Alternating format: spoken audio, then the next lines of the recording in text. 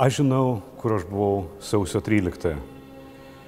Žino ir daugelis tų, kurie buvo, o tie, kurie negalėjo būti prie televizijos bokšto arba Konarskio gatvėje, jie irgi žino, kas tada vyko Lietuvoje ir dėl ko tie žmonės, kurie žuvo, atidavė savo gyvybės.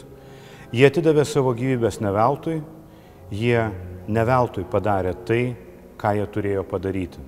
Jie atėjo tenai todėl, kad kitą dieną atėjus jau tikriausiai būtų buvę vėlu.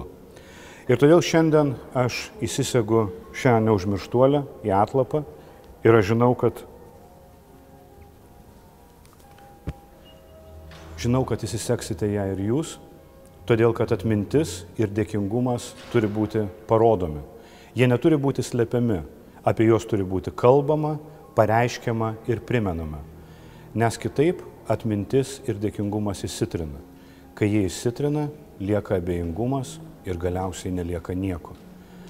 Būtent todėl aš šiandien ir sakau, sausio 13 tai ne šiaip data, tai ne šiaip skaičius kalendoriuje, tai yra priminimas apie tai, kam mes turime būti dėkingi už tai, kad šiandien gyvename taip, kaip gyvename, kad šiandien džiaugiamės tais dalykais, kuriais džiaugiamės.